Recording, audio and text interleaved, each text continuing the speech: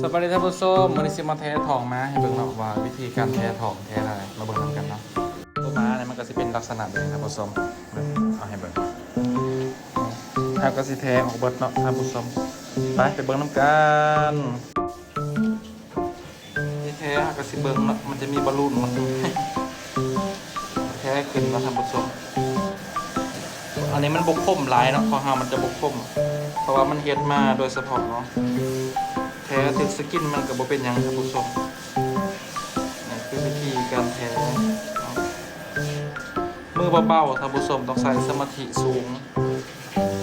บ่ให้เฮ็ดมือหนักเนาะบ่ให้กระแทกขึ้นก่อน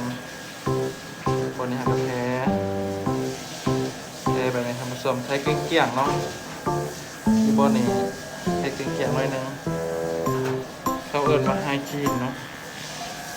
ทำความสะอาดมันจะแท้ลงครับผู้ชมแท้ลงมันจะมีหำมันอยู่ในเนาะระวังเนาะไปแท้ถือมันก็เจ็บเนาะครับผู้ชมนี่ก็แท้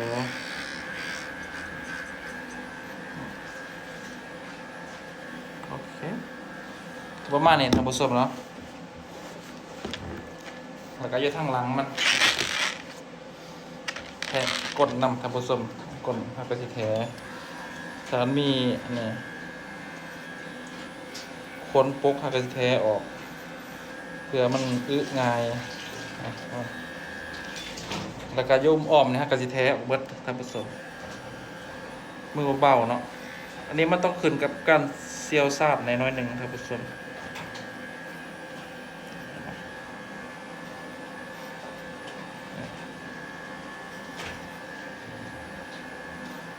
โอเค